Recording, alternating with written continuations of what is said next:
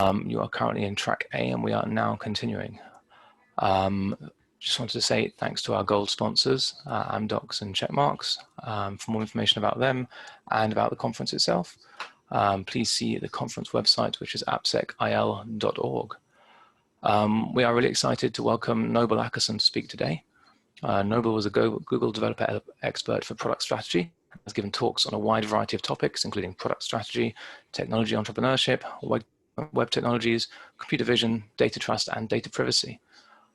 Today, Noble is here to speak about building products with privacy and trust as a baseline, exploring tactical approaches to be good stewards of data through software. If you have any questions, please ask using the Q&A functionality, although we'll probably wait until the end to answer. Over to you, Noble. Thanks, Josh, and thanks so much for inviting me to speak to you today. My first time at OWASP AppSec Israel, and for you to invest your time to hear me talk. Today we're going to go on a journey about building products, again, with privacy as a baseline through good data ethics, obviously privacy, and good data stewardship along the way. So we have a lot packed in. Let's get started. So at the end of the day, in the next 40 minutes or so, I hope that you would come out of this understanding the evolving privacy landscape and how that affects building software. And then, examples along the way to support what I like to call positive sum experiences. You're going to hear a couple phrases over and over again, positive sum being one of them, and I'll get into that and provide some color on that. So a bit about me. You'll find me professionally at the intersection of product strategy, product management, data governance, privacy, trust, and emergent tech. Back on the emergent tech front, and perhaps all three, in 2012, I quit a comfy job just to get into a startup, an idea that I and my co-founder had. We built a fitness startup with augmented reality, or rather, it was Google Glass. So I guess it's more of a heads-up display or an overlay.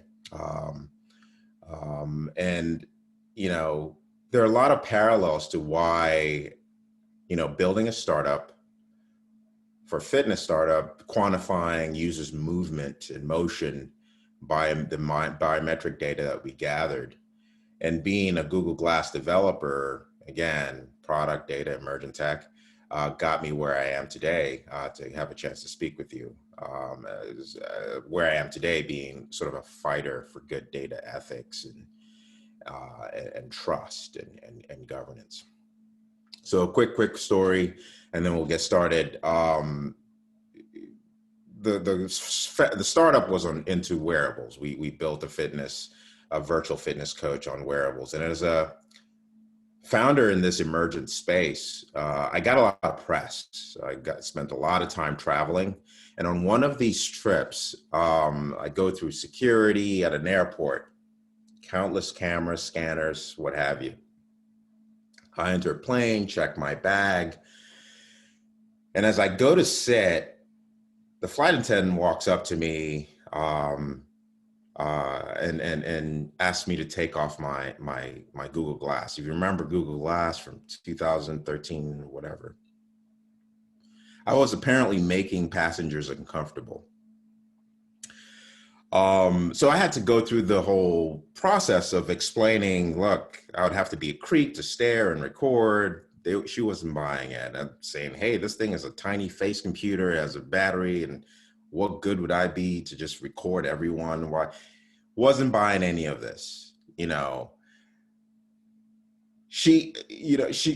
issue wasn't really about me recording someone else. And frankly, what I found ironic was that as I was having this exchange, because people were anticipating some sort of riff, every single person around me had their phones out recording this potential altercation. There was none. The issue is not about me recording them. surveillance per se. It wasn't about surveillance, because whoever was complaining would have gone through the same security protocols that I had to. It was about trust, or the lack thereof. You know, people who knew about Google Glass knew that those devices were made by Google. They had no idea where a digital snapshot of their likeliness would end up. They had no context, what happens when this weird guy takes a picture, what happens to him. They had no control over what happened to a picture that could be posted somewhere that they had no, leverage over. There was no trust, And so this event sort of laid a seed. And in 2006, after a couple global data breaches, Cambridge Analytica issue, Facebook, it sparked an idea. It sparked an idea that as a society, we were renegotiating norms. People started to realize the impact of the data that we were shedding when we thought we were sharing. As they say, folks were woke. And so I'm going to take you through sort of a condensed journey as to where we've been, where we are, and what the future looks like for data privacy. And through that, we'll talk about how to build, the lessons there would be how to build with data privacy as a baseline. It starts with what I like to call the innovation trigger, if I were to adapt Gartner's hype cycle terminology. So the innovation trigger would be when this digital software revolution, when we actually start taking our software online. And so as we do that, we'll start sort of moving towards the early noughts and the 2010s, and then of course to present in a time of COVID and what it looks like in the future. But before we do that, let's take a quick second to give you an opinionated take on what privacy is. And it's not just what Wikipedia or Google says privacy is. This is sort of an abbreviated take, my opinionated take on this. So in my opinion, through a lot of research that I've done, and I'll give acknowledgments at the end of this talk, data privacy is not about secrecy. It's not about encryption. It's the sum of context, choice, and control. And you're going to hear me go through every single one. We'll even dive deeper. It's also about trust. And trust in this context, meaning a firm belief in the reliability, truth, or ability for your organization's data practices. Essentially, it is the total sum of data transparency, how clear you are with how you store your users' data, where you store it, how long you store it for, value delivery, the thing that you're here to deliver in order to churn out business value. And of course, consequence acceptance, meaning as a customer, I believe that there's something that you deliver that I need. And if there is, in fact, a breach or some issue, I know I accept the consequences of that because I know that this company is going to go do right by me. And that is, in a sense, how I define data trust.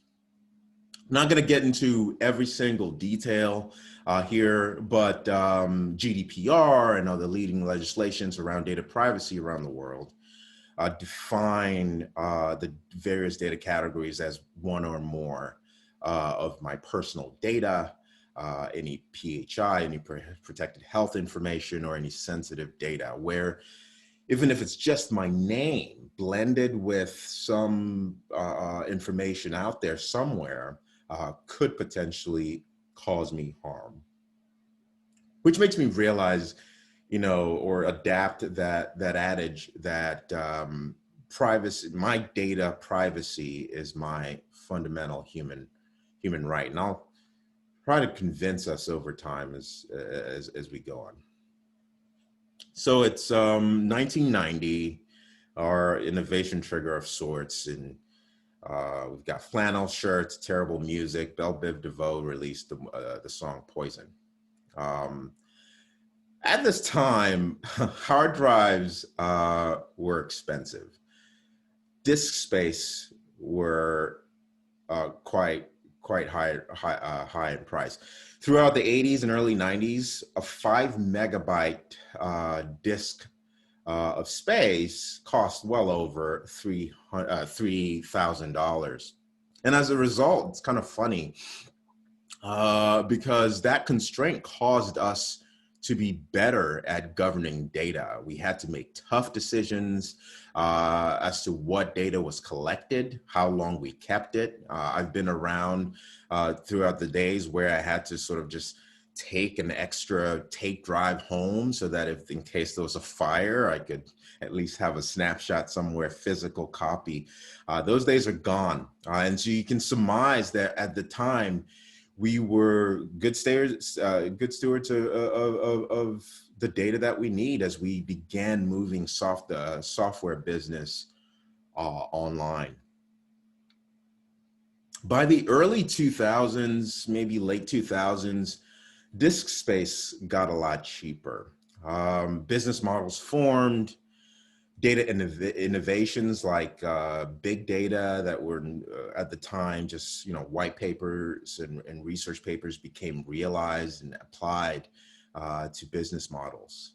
Data lakes begun to get used, and we collected as much information, structured or unstructured, as we could from our users and our customers in order to get a better insight into our customer and maximize value for the customer or ultimately for the business. Data was ubiquitous. We were just hungry for that data, and we became greedy. So new mediums of business are now, taking off online, like ad tech, other freemium business models meant that our users became started accepting, sacrificing their data privacy at the expense of services that we provided. It was after all, value delivered warrants collecting as much information from me in case I need to serve my, my customer some of the day, in case, I may need a feature down the road, right? That's not what we saw. We saw an opportunity as humans, and maybe Moore's law, that we capitalized on. We made a lot of money, and it was working. It was working until,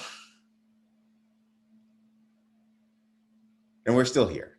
We slowly started realizing the consequences of this: a rise in data breaches, national security incidents, global issues based on data related mishaps, people at harm.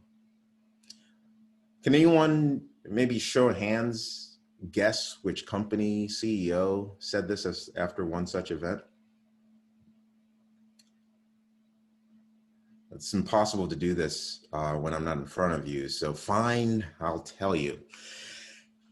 That's right. If the colors didn't give it away, yes, it was Mark Zuckerberg of Facebook. And in full disclosure, this is not a knock on Facebook alone. Sure, they are not perfect. It's a knock on all of us as consumers, as builders. It was zero sum. I give you data, you give me services. I give you data with some money, you hoard more and give me more services, right? When we're looking to build value through digital software, we must remember that we're building, that building your service isn't zero sum. it can be an opportunity or positive sum. That is, your customer does not, again, have to sacrifice their privacy at the expense of the services you provided. So let's jump into that decade that we just came out of. Lots happened over the decade, as we talked about. Society expects more, GDPR got enacted 2018. We got all those emails about changed privacy policies and checked those boxes. Everything was great. That left us somewhere in the last couple years in I would call the trough of disillusionment. We've got GDPR to protect us. All we have to do is get legal to, be in the room, or the security team to be in the room before we ship this thing, and we're fine, right? And speaking of security, I just wanted to take a quick interlude and sort of loosely define security versus privacy. That's not a comprehensive definition of that distinction, but data privacy, again, in this context, is about the proper usage, collection, retention, deletion, and storage of data, whereas data security is more on the policies, methods, and means by which we want to secure that data, processes, and that kind of stuff. So most regulations, data ethics today focus, again, on the collection data, data retention, deletion, and storage. There's a good reason for that. Because good stewardship of your customer's data means that though you may have justifiable reason to collect this information, you should also respect your customers enough to disclose what data you are collecting without making it hard for them to find that information. Who's it shared with? How's that data stored? And for how long? Until it's deleted. Being transparent with your customer, a new research from the I can never pronounce their name, but Consumer Reports and the nonprofit out here, the Amadou Network out here in the US, so shared how, the opportunities for being transparent with your data, So data minimization isn't just a security sort of guideline. Zero trust. It isn't just, one of those principles and processes that we need to sort of think through when we're, putting in security by design, or trust by design, or privacy by design. There are other opportunities that we want to sort of look like and temper that with data privacy practices. Again, they're positive sum opportunities. And so I'm going to give an example here. It's not just from data governance and minimization from that standpoint, but also from a user experience. Some of you remember the early web. In order to register, maybe still the case, for a site, you had a wall of fields and just collected all the things. But from a usability, from a user experience standpoint, progressively collecting information as and when you need it, with the right context and the ability for your customer to opt in or out, depending on what your requirements are, means a less cluttered interface, means a better experience, means you actually target the data you're collecting to what you actually need. I'll give you an example. As a restaurant owner, I have a justifiable reason to collect the experience ratings from when someone orders from me or dines in my restaurant, right? The signal by which to gauge my customer's enjoyment of the meal, for example, may not be their name. It's just whether the meal is good or not. And I can aggregate this data anonymously in order to improve the experience. But in the event that a customer or a segment of my customers had a bad experience, I may want to send them a coupon. I may have a justifiable reason to collect personal information. In that case, I progressively disclose that as one example of that. I think I may come back to this pizza example later. So again, context, choice, and control being sort of the framework or the pillars by which we're defining data privacy. Okay, so let's dig into each one of these. All right, so first one is context. Give me a clear reason why you need my information. So your users do not read your terms of service. Yes, it gets rubber stamped by legal. There's an old joke that I normally use in these slides. I get no laughs online when I give virtual talks, but the old joke that goes, even Adam and Eve did not read Apple terms of service. And speaking of Apple, you know that if you wanted to understand the context of how your data is used with, let's say, iTunes total word count is equivalent to Shakespeare's Macbeth, right? Who wants to read that? You have to have it. I'll give you another example. There are opportunities, again, to be gained when we provide context, give right agency and choice and controls for the types of information that we store. Take a Facebook example. If these were normal times where I traveled over to you at this conference, I'd be in front of you, and let's say it's reasonable to think maybe somebody might take out a phone or a camera and take a photo. And if I was lucky, I'd be in the background somewhere. A product Facebook released, which I think was quite useful and novel, is that using computer vision with their services, machine learning, you know, they would identify me in some random backshot, and if it would notify me on Facebook, if I was identified. You know, if I liked the photo, I got to keep the photo if you got my good side, or just revoke my consent. Ideally, revoke consent from that user or some sort of granular control over that, right? So, but the context is important. Facebook failed on all three counts with this specific feature, right? And as a result, they had to pay a $550 million lawsuit to settle.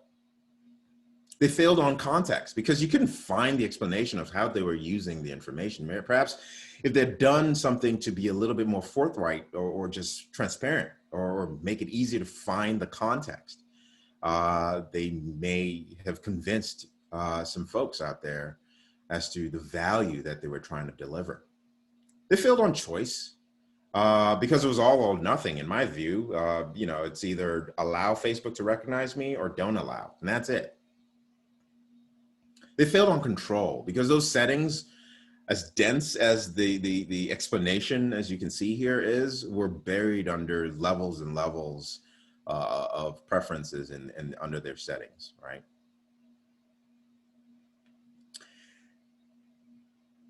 And this is not just Facebook.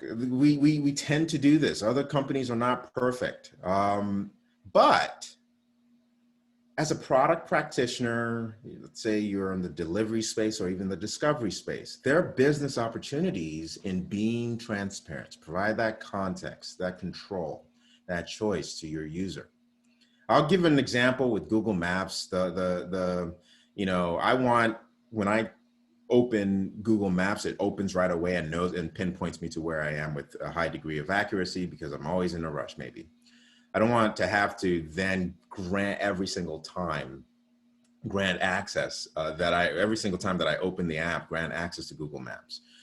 So I give my consent for Google Maps to track me at all time. That is pretty private, if you ask me, right? So I hope it's secure. There's a consequence. That's where data trust comes in. I have some level of, the value delivered is high enough that I have a consequent acceptance when it comes to this product, right? So, I can go to the timeline feature. It has a little padlock, so I know it's secure. I trust it. And I can relive the last trip that I made. So it's so sad we're in this pandemic because I just spend a lot of time just replaying my last trip to Hawaii here in order to relive a time that I could travel. Sorry, let me get out of my sorrow and continue with this stuff. We got a lot of slides. So you get the point, right? So that was context. Let's dig a little deeper into choice. You know, given respecting your users enough to give them their, you know, to address their right to consent, to rectify any issues with any publicly available data set that you've published, or the right to delete their information. It's also a tenet of most mature privacy laws like GDPR or CCPA, you know, granted in any country that has a robust privacy regulation. This is something that you have to adhere by. So again, not to brag on Facebook, I promise this is just another glaring example that came. So WhatsApp was one of the last Facebook properties that I used. I still actually, I used the Oculus Quest, but there's a whole issue with, you know, their accounts and anyway. If I were to say act on my right to information, I just want to know what information is gathered with this service. Is my voice print used for another purpose, for example? Is it just my email? Like, what is happening with my data? I have no option, or I did when this snapshot was taken. There are no options to take a snapshot of this. My only option is to delete my account. Well, I don't use WhatsApp anymore as a result. Choice also means you give your users agency to avoid lock-in. Extensibility of their data could be a business opportunity that you may not have thought of initially. So today, the data export features baked into most major applications. This is Trello. For example, is comforting because with Trello, if I'm a paid user, if I'm a premium user, I can export to CSV, right? But if I'm, you know, I'm on the free tier, I can export to JSON, which is a standard schema that I can then adapt to something else, or I can just print to PDF, or print all my Trello cards or boards to you know, a dead tree or something.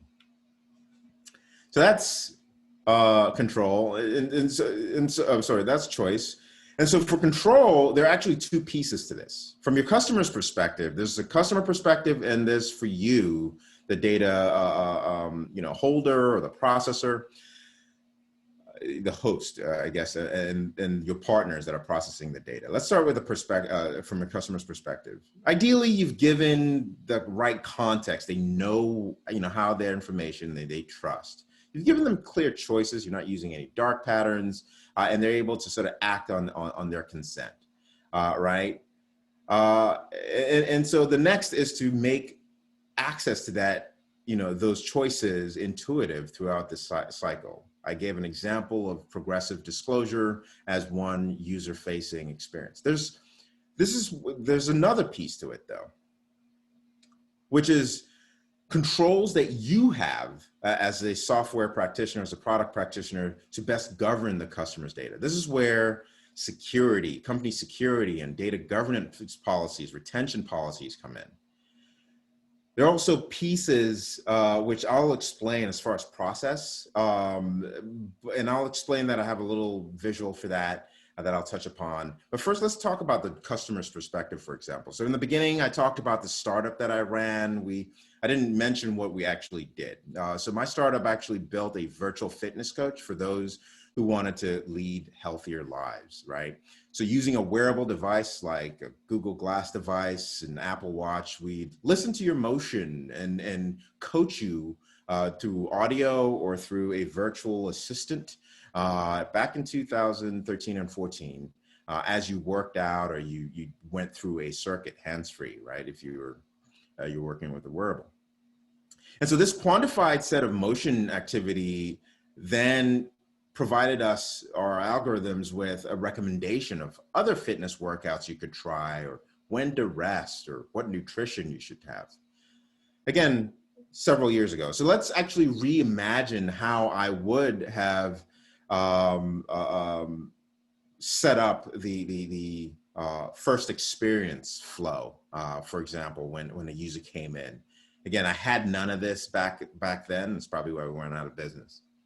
All right, so from a user experience standpoint, rethinking the app's consent flow to be a little bit more progressive in nature. Remember that I'm still gonna have that Macbeth length privacy policy, but I know no one's gonna read it. And so because of that, I wanna seek more interactive controls so that my users have a little bit more visibility into what data that I need to collect, sometimes justified, sometimes they have no choice. I'm required by law. Or I just need to know you are who you say you are by verifying an email tied to you. So here you'll notice no dark patterns, no tricks. It's just a wireframe. But I'm providing context with why you need to provide an email, right? That basic stuff. To use the app, if you want to save your information, you need to log in, right? But then you'll notice that we let them know that their consent is not provided for any additional information that they may actually run into during that first experience. So upon clicking that settings link, we provide an interactive view into what would normally be buried into that 20,000 word soliloquy, but more interactive. You'll notice the ability to opt in to marketing or opt out based on, on whatever else I'm collecting. So the two different approaches at the top and at the bottom of the screen that you're looking at. Okay, so at this point, you're probably wondering, but I'm in government, or I'm in healthcare, I'm a bank, or I built software for a bank. I'm legally obligated to collect this stuff for 30 years. So this doesn't apply to me. To which I say, sure, my imaginary person asking this staged question so that I can provide a pithy answer, just provide that context to your user. You got it? All right. So this pattern that I just shared is far from perfect. There's some flaws to it, I'll admit. There's like that cognitive load that comes with having your customer walk through a different flow rather than your software's intent. So rather than having them work through their workout of the day, they're actually going through mucking about modals and menus. There's some usability that needs to be there. And I'm not a usability researcher. I just play one on TV. So that's what you got. There are a lot of services out there that like OneTrust, CookieBot, and Entity, lots of whom you've heard in this space. There are lots of advances in this space. And the key point here is that you understand your data privacy risk footprint, and then have clear steps to mitigate any issues throughout the entire life cycle of your product or feature. Okay. And no workshop or talk like this goes well without a double diamond. So here you go. As you deliver your feature or product, remember this part of the talk. Ask yourself how much value is a loss of customer trust, perhaps based on your company's lack of proper data ethics or privacy protection. How much is that worth after harm is caused through bad governance, bad ethics? Understand and discover where all your PII, or your personally identifiable information, lives, especially if you're a larger a software house. Maintain a risk register, automate it if you can.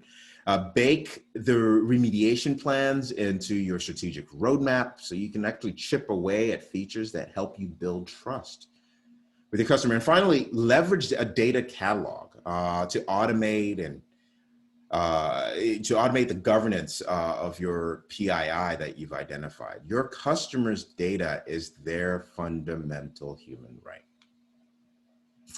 And that doesn't end there. It ends again with the entire life cycle of your product. So we talked about the onboarding stage. We talked about the learning stage, the usability stage, and bind a lot of these principles into your product as you build it. you're thinking about data privacy throughout the life cycle of key features or the product as a whole, from the moment they onboard to the moment they convert or churn or what have you. All right, 2020, where are we now? Again, privacy is not, in this context, is not about secrecy. We feel watched, you know. Every other day there's a data breach.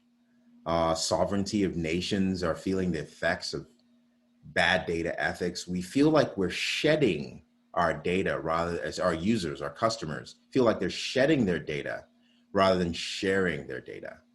It's like a Rockwell song from back in the 80s. Sometimes I feel like someone is watching me. Okay, so this is the last time I ever do this on an international conference where I actually sing. So I hope you appreciated that. But you get the point. We're going through that negotiation of what our data ethics and our norms are. And it's being driven by our users. It's driven by regulations, and it should also be driven by us, because data trust is broken. I mean, if I were to ask how many here feel in control of their data online, say for example, are you clear on what your data at your insurance company or your banking app is being used for?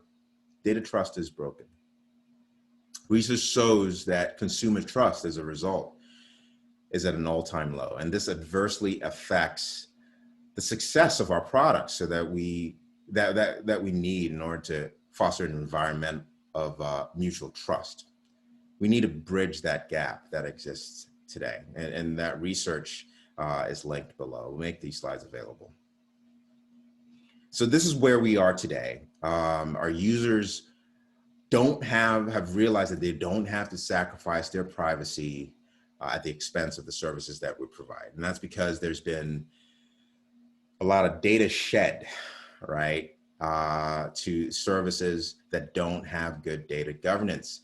And as a result, our privacy has been at risk. There's been a lot of breaches. And as a result, there's been a lot of growth in regulations. And as a result, we can take two paths. We can take that checkbox approach, where it's the status quo, or the positive sum approach, and see the opportunities that comes with context, good context, choice, and control.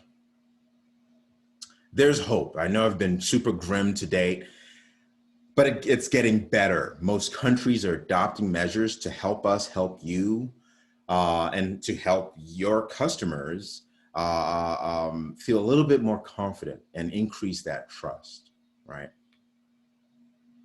And there's even more hope for even applied emergent technologies during a pandemic like we are. As you may know, public health officials have identified contact tracing as a valuable tool to help contain this spread. Google and Apple, unlikely partnership a few months ago, or maybe this year has been a long decade, so I can never tell, but it's a few months ago, published an API. And before releasing that contact tracing API, they made a conscious, the Google Apple made a conscious decision not to track locations. They avoided personally identifiable data. And in essence, I'm very optimistic, so it's not all grim, that the solution, though imperfect, contact tracing being an imperfect science, will be followed. There's, any other year, I would say, here goes another massive company trying to take advantage of users. But I'm very confident that we see and adapt these practices, such that organizations in the U.S., such as the American Civil Liberties Union, as Google released the contact tracing API and the Apple released this, released their own principles for effective contact tracing functionality, noting that Google and Apple made great efforts to protect our privacy of actual humans. They went through voluntariness, user limitations, minimization. Again, policies must be in place to ensure that only necessary information is collected and to prohibit any data, I'm quoting here, with anyone outside the public health effort. These are all very convincing, okay? So one thing I didn't tell you, I'm also a time traveler. So I went into the future and I'm back to report that it's actually not as much. This year may make you think it can't get worse, but it gets better. I promise you. You know, it's not as much of a dystopia as you may think going through this year. This is boot camp for what's to come, and it gets better. We've harnessed in 2025, harnessed the power of AI. We're keeping each other as businesses accountable, and the legislations are just basically synthetic sugar. They're just in the background just because not every company is perfect, and we say, oh, we're human, we got to make money, right? And of course, there's been undoubtedly a lot more breaches, but matured regulations and good data practices have been adapted, and with privacy laws and stuff like that, and technology advancements, which I'm going to talk about here in a second, that makes us great data stewards, and we're just basically flatlined, right, after that trough of disillusionment that we were in. So one such example is the technology that that Apple, Google, and others, and of course academia several years before release called differential privacy. We in 2025, what I can report to you is that we've seen more applications like this, and with blockchain, differential privacy, and other technologies to help secure. But technology alone can't do the trick. Yes, my IoT sensors, which are basically everywhere in my car, that drives itself now, you believe it or not, we're very, very close to AGI here in 2025. But you don't even have to wait till then, because today when you use your iPhone to track, you know, your health type usage in iOS, or if you use Google to find out how busy that pizza restaurant we talked about before is, they're using differential privacy. And I should define that. I forgot to define that. It's a system for sending information back to your business or your product team about a data set, right? Or data researchers probably. By describing the patterns of groups within that data set while eliminating or withholding PII, personally identifiable information about individuals in that data set. Right. So you hear, if you look up definitions of differential privacy, or you read the white paper, it's more like adding noise, but it's a little bit more abstract than that. It's being used today, and it's going to be used more in our near future. Data privacy is the sum of context, control, and choice. And as we move into newer computing mediums, newer mediums of computing, like augmented reality or mixed reality, virtual reality. Yes, in 2025, these have become ubiquitous. You go to an optometrist and you add an add-on to your glasses. It's pretty cool. There's a lot of these similar guidelines that we talked about here that apply. And I could spend an entire talk talking about data privacy in the future based on my time travel. But due to time, I'd like to point you to the XR privacy framework put together by an organization called XRSI, the XR Safety Initiative. My good friend Kavya Perlman leads that. The Open Air Cloud, as a founding member, we contributed to this as well. I contributed to this. Georgia Tech, a few research institutions came together to sort of set the path for what the future of data privacy and ethics looks like in the context of extended reality, or XR. You know, it was released last September. Framework is free, it's globally accessible. And if you're interested in helping shape a world where companies respect biometric and sensitive information and hold some of these leading VR and AR companies to truth, and good norms early in the process, please volunteer. This is my pitch to you, and please look up XRSI, specifically the privacy framework, or reach out to me separately. I like to end these talks with catching everyone's attention with a picture of my daughter. Yes, she gave me consent to share a picture of her when she was in kindergarten. She's in first grade now.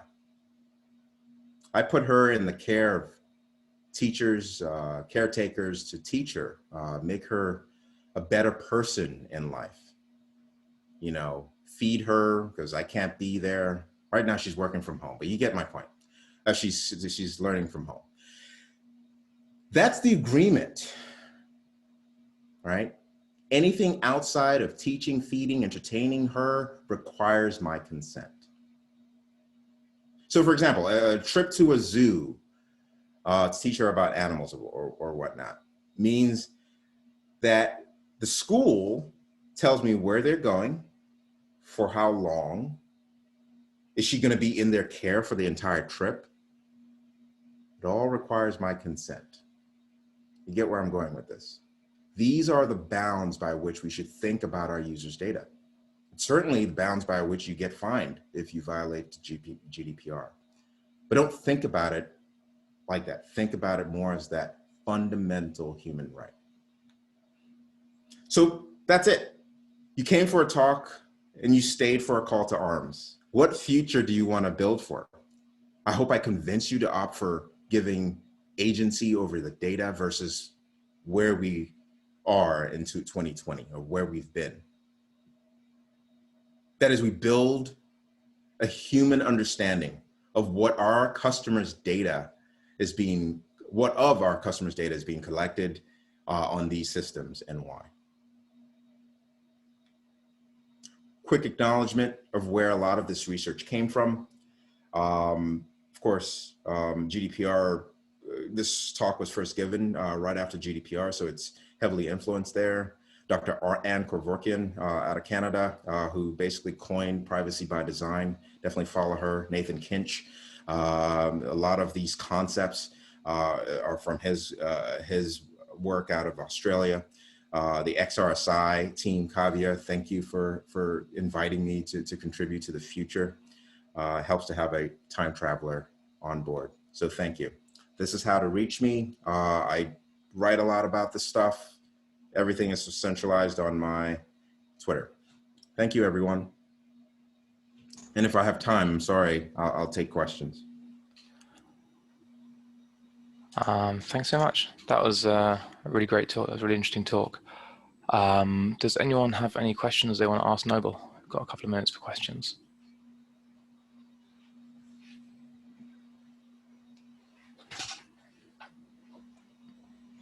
Okay, just looking.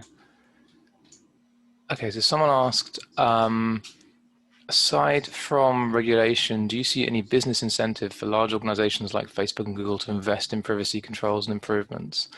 They are so widely used that it feels like people use them regardless. It's a great question. And there's the answer that gives me hope in saying that Facebook, as an example, because you gave that example, is going to be judged in the markets, which at the end of the day comes to dollars and cents based on their ethical practices as society becomes more woke, per se. That's one way to answer it. Another way to answer it is that carrot and stick. That those checks and balances that our regulators bring in and how that sort of applies pressure on their innovations. And hopefully we wrote this XRSI framework on a couple of days and then published it a couple of days before Oculus Connect in order to sort of just get in the door and sort of help set those bars before. But companies alone, regardless whether you seem altruistic or not, Facebook just recently, or I don't know how long, abandoned their move fast and break things ethos. So things are changing, and I'm very optimistic. I know I was very grim throughout the talk, that it's a balance between our own company's data ethics and with pressure from the markets, also from a capitalist perspective. It's a perspective from, pressure from, 20% of your annual revenue was it 3% or is it GDPR?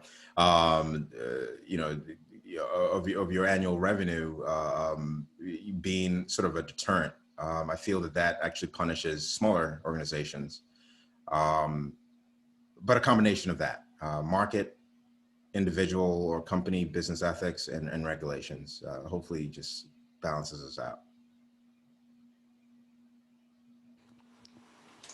Okay, that's great.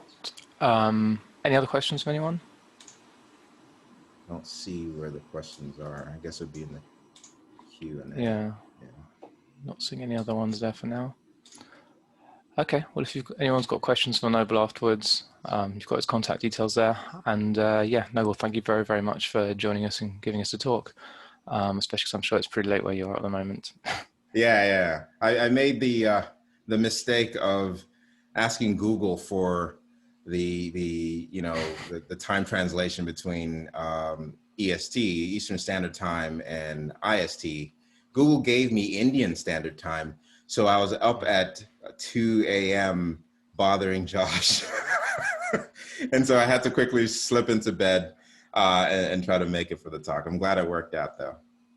Yeah, no, really glad You you have could a join us. question as to when the recording will be published? So yeah, they'll probably all be published together once we get them all organized after the conference.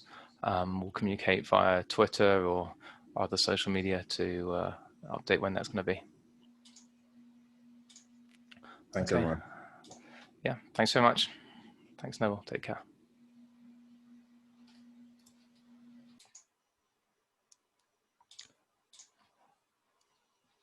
Okay, so just a reminder, you're currently in track A, and in just under 10 minutes, we'll be carrying on with Daniel Keffer, who'll be giving his talk, OWASP SAM 2, your dynamic software security journey. So stick with us for that, please.